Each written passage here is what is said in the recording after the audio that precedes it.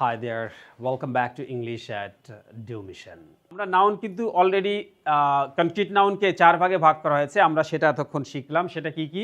একটা হচ্ছে proper noun, নির্দিষ্ট ব্যক্তি বা বস্তু বা স্থান এর নাম। তারপর হচ্ছে কমন নাউন, জাতি বা শ্রেণীবাচক। একটা হচ্ছে কি কালেকটিভ নাউন, সমষ্টিবাচক। আর একটা শিখলাম কি? আর একটা শিখলাম ম্যাটেরিয়াল, পদার্থ বা বস্তুবাচক। ঠিক আছে? আরেকটা কিন্তু বাকি রয়ে গেছে, সেটা হচ্ছে কি অ্যাবস্ট্রাক্ট নাউন। আমরা সেটা দেখবো এখন। কিন্তু তার আগে একটু দেখি এই যে 4টা নাউনকে আমরা এতক্ষণ পড়লাম, এই নাউনগুলোকে আবার নাম্বারের পরে ভিত্তি করে, কাউন্টিংয়ের পরে ভিত্তি করে এদেরকে 2 ভাগে ভাগ করা হয়েছে।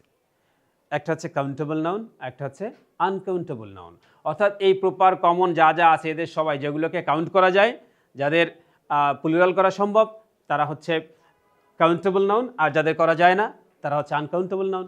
যেমন আমি যদি বলি আ বয়, অ্যান অ্যাপল, আ হাউস, এগুলো কিন্তু সব কাউন্ট করা যায়, তাহলে এরা সব হচ্ছে কাউন্টেবল নাউন। কাউন্টেবল নাউন চেনার কিছু উপায় রয়েছে। কি উপায় রয়েছে?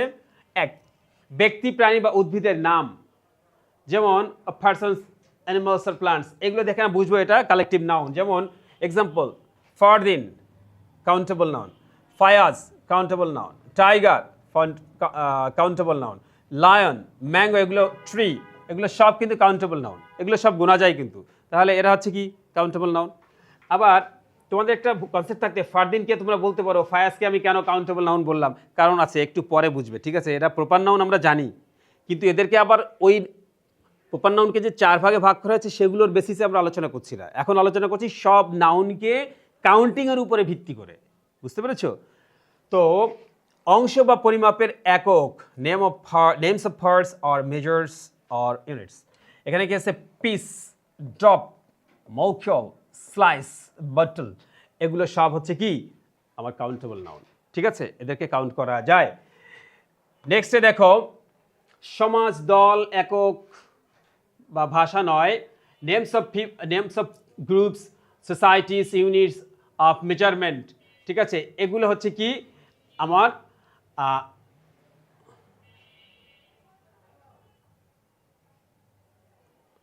এগুলো হচ্ছে আমার কাউন্টেবল নাউনের ভিতরে। যেমন দেখো, country, country countable noun. Countries হয়, ক্লাব ক্লাবস হয়, টিম টিমস হয়, ফুট ফিট হয়, মিটার মিটারস হয়, কিলোগ্রাম কিলোগ্রামস হয়।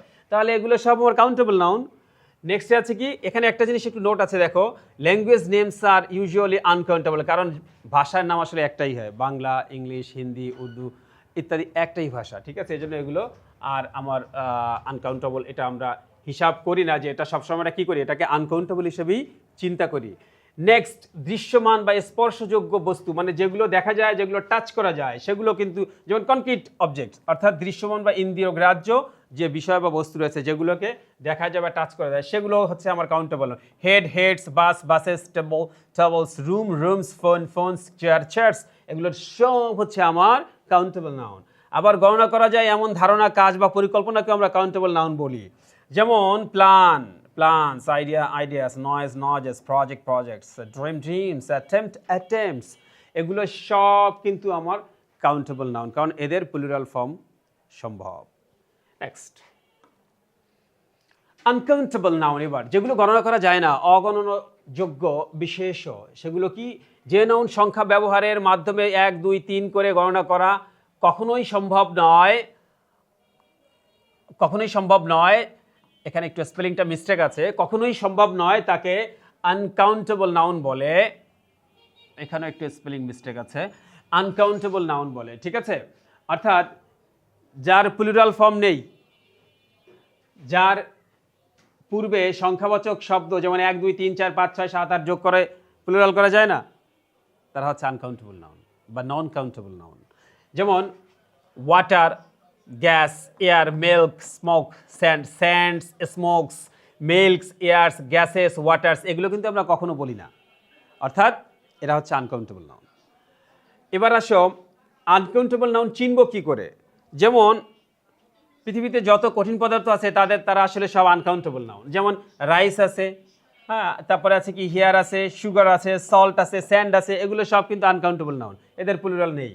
তারপরে গ্যাসের নাম, যত গ্যাসের নাম আছে, oxygen, nitrogen, smoke, carbon dioxide, সবগুলো হচ্ছে আমার আনকাউন্টেবল নাউন। তরল পদার্থের নাম, যেমন ওয়াটার, মিল্ক, টি, ওয়াল, জুস, এগুলো সব হচ্ছে আনকাউন্টেবল নাউন। তারপরে রোগের নাম ডায়রিয়া, এখানে একটা HOEA হবে, এই স্পেলিংটা তোমরা মনে রেখো। ডায়রিয়া বানানটা DIARRHOEA, এটা হচ্ছে ব্রিটিশ, এটা আমরা ইউজ করি। আর DIARRHEA এটা হচ্ছে আমেরিকান। তাহলে এটা আমরা সাধারণত সাপোর্ট করি না, আমরা ওটাকে সাপোর্ট করি। তাহলে ডায়রিয়া, কলেরা রোগের নাম, তারপরে আছে ডিসেন্ট্রি, তারপরে আছে ম্যালেরিয়া, এগুলো সব কিন্তু আমার আনকাউন্টেবল নাউন। বিষয়ের নাম যেমন বায়োলজি, কেমিস্ট্রি, তারপর হচ্ছে ম্যাথমেটিক্স, ইকোনমিক্স, সিভিক্স, পলিটিক্স, এগুলো সব হচ্ছে আমার বিষয়ের নাম, এগুলো সব আনকাউন্টেবল নাউন। ভাষার নাম, পৃথিবীতে যত ভাষা, English, Bengali, Arabic, French, Spanish, সবগুলো আমার আনকাউন্টেবল নাউন। তারপরে কি আছে, অনুভূতি বা গুণের নাম, name of feelings or qualities, যেমন হ্যাপিনেস, অনেস্টি, পিস, স্যাডনেস, লাভ, লাইক, ডিসলাইক, এগুলো সব হচ্ছে আনকাউন্টেবল নাউন। তারপর হচ্ছে বিমূর্ত ধারণা, যেটা দেখা যায় না কিন্তু অনুভব করা যায় বা ভাবা যায় যে এরকম একটা কিছু আছে যার, কিন্তু যেটাকে দেখা যায় না, যেমন ইনফরমেশন দেখা যায় না। Advice, knowledge, beauty, purity, honesty, এগুলো সব হচ্ছে আমার আনকাউন্টেবল নাউন।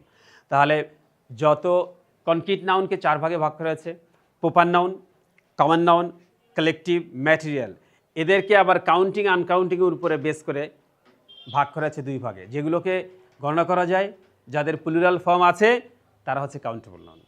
যাদের গণনা করা যায় না, যাদের প্লুরাল ফর্ম সম্ভব নয়, তারা হচ্ছে আনকাউন্টেবল নাউন। ব্যাস শেষ।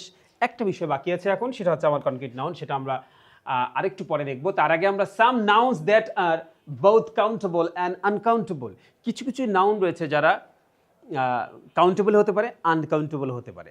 এই জিনিসগুলো মনে রাখতে হবে, ভবিষ্যতে এগুলো খুবই পেইন দিবে তোমাদেরকে অ্যাডমিশন, বিভিন্ন চাকরির পরীক্ষায়, ঠিক আছে? সো এগুলো সম্পর্কে ভালো একটা ধারণা থাকতে হবে। যেমন দেখো, কিছু নাউন আছে যেগুলো কখনোই গণনাযোগ্য, কখনো গণনাযোগ্য, আবার কখনো অগণনীয়, অর্থের উপর নির্ভর করে এদের।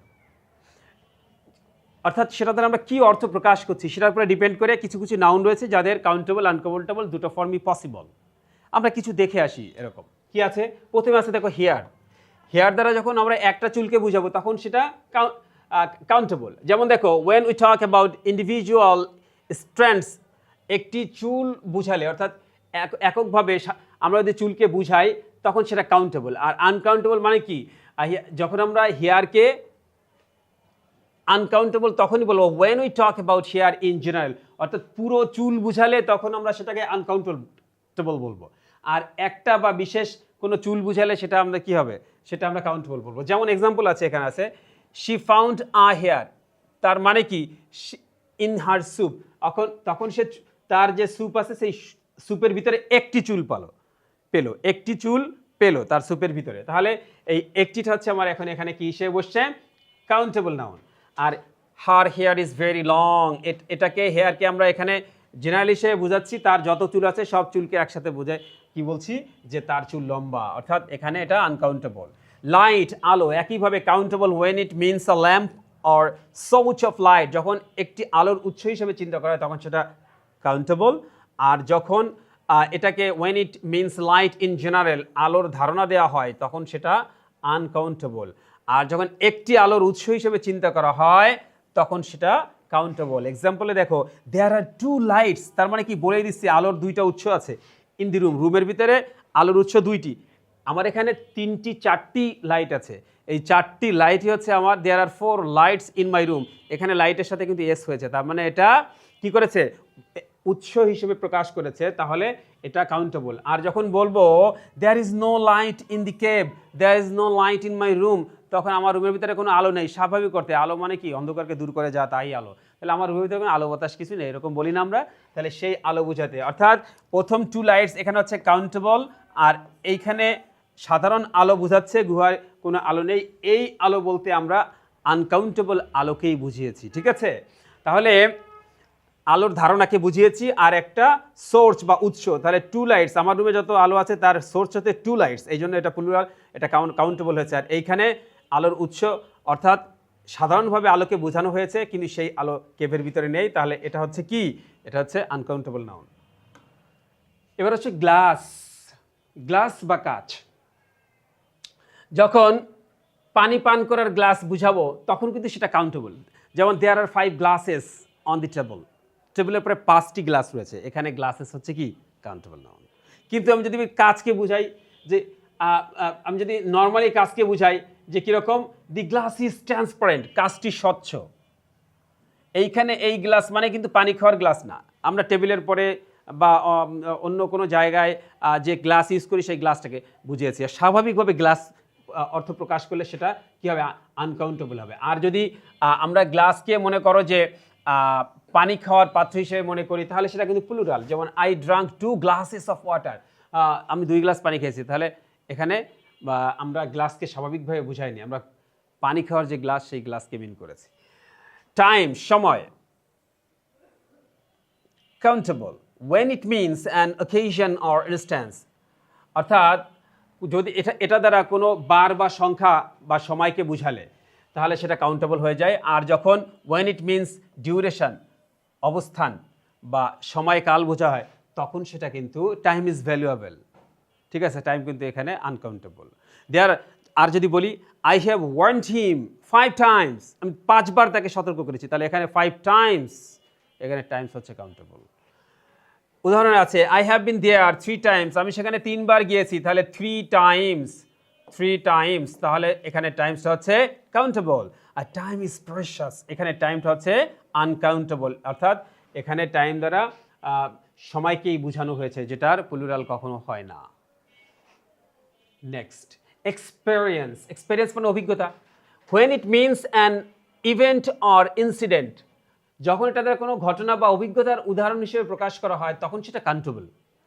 আর যদি বলা হয় when it means knowledge or gained, আর অভিজ্ঞতা জ্ঞান অর্জন করেছি সেইটা প্রকাশ করা হয়, তাহলে এটা আনকাউন্টেবল। যেমন he has experience, I have previous experience, আমার আগের অভিজ্ঞতা আছে। কিন্তু আমি যদি বলি I have previous experiences, I have many experiences, সেটা ভুল। ঠিক আছে, অর্থাৎ অ্যাকুয়ার্ড নলেজ, অর্জিত জ্ঞান, সেই জ্ঞান কখনো সবসময় আনকাউন্টেবল। আর যদি আমি বলি যে এখানে দেখো মাই ট্রিপ টু, কোনো পার্টিকুলার বা বিশেষ ক্ষেত্রে জ্ঞানকে মিন করে থাকি, তখন কিন্তু সেটা প্লুরাল হয়, কাউন্টেবল হয়। যেমন আমি যদি বলি my trip to Nepal was a great experience, নেপালে যাওয়ার যে এক্সপিরিয়েন্স সেটা গ্রেট ছিল। তার মানে কি, নেপালের যে ট্যুরটা ছিল, ভ্রমণটা ছিল, সেটা একটা দারুণ অভিজ্ঞতা। তাহলে এইখানে আ গ্রেট এক্সপিরিয়েন্স, এটা কিন্তু কাউন্টেবল।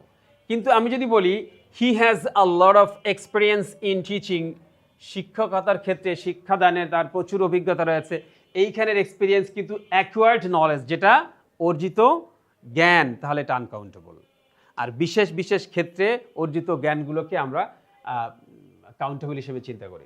আয়রন, ইস্ত্রি বা লোহা, when it means an iron machine, iron দ্বারা যখন আয়রন মেশিনকে বোঝায় তখন কিন্তু সেটা কাউন্টেবল। যেমন there are 5 irons in my room, আমার রুমে 5টা আয়রন আছে, তার মানে আয়রন ইস্ত্রি করার মেশিন আছে 5টা, তখন সেটা কাউন্টেবল নাউন। আর যদি আমি বলি when it means the metal, যখন এটা এই আয়রন যা দিয়ে তৈরি হয়েছে সেই লোহাকে বোঝায়, তখন সেটা আনকাউন্টেবল। যেমন আমি যদি বলি I bought a new iron, এটা কিন্তু কাউন্টেবল। আর আমি অর্থাৎ একটা আয়রনকে বুঝেছি, অর্থাৎ এরকম 2টা 3টা 4টা 5টা 6টা অনেকগুলো আয়রন হতে পারে, তখন সেটা প্লুরাল হবে। আর আমি যদি আমি বলি I have bought 3 irons, I have bought 5 irons, তখন কিন্তু আয়রন প্লুরাল কাউন্টেবল হয়ে যাচ্ছে।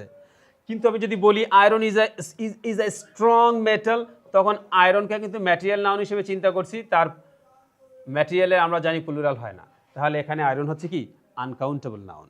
ঠিক আছে, এরপরে আসছি আমরা আরেকটা এপিসোড, সেটা হচ্ছে কি রুম দ্বারা when it means a part of a building, ঘর বুঝালে, কোনো বিল্ডিংয়ের ঘর বুঝালে সেটা কিন্তু কাউন্টেবল হয়। যেমন কি আমাদের ফ্ল্যাটে 3টি রুম রয়েছে, there are 3 rooms in our flat, there are 5 flats in our building, তাহলে এক্ষেত্রে কিন্তু আবার কাউন্টেবল, এই রুম বা ফ্ল্যাট এগুলো কিন্তু কাউন্টেবল নাউন। আর যখন স্পেস বা জায়গা বোঝায় তখন কিন্তু সেটা আনকাউন্টেবল। যেমন there are 5 rooms in our house, এইখানে 5 rooms, এটা কিন্তু প্লুরাল কমন নাউন, অর্থাৎ এটা কিন্তু আমরা কাউন্টেবল করে ফেলেছি। আবার যদি বলি there is not enough room here, এখানে খুব একটা রুম নেই, মানে কি জায়গা নেই, যথেষ্ট জায়গা নেই, তাহলে এই জায়গা বলতে স্পেস বোঝানো হচ্ছে, যেটা আনকাউন্টেবল। চিকেন, মুরগি বা মুরগির মাংস, আমরা হোটেলে গিয়ে বলি কি যে গিভ মি 2 chickens, আমাকে 2টা চিকেন দিন।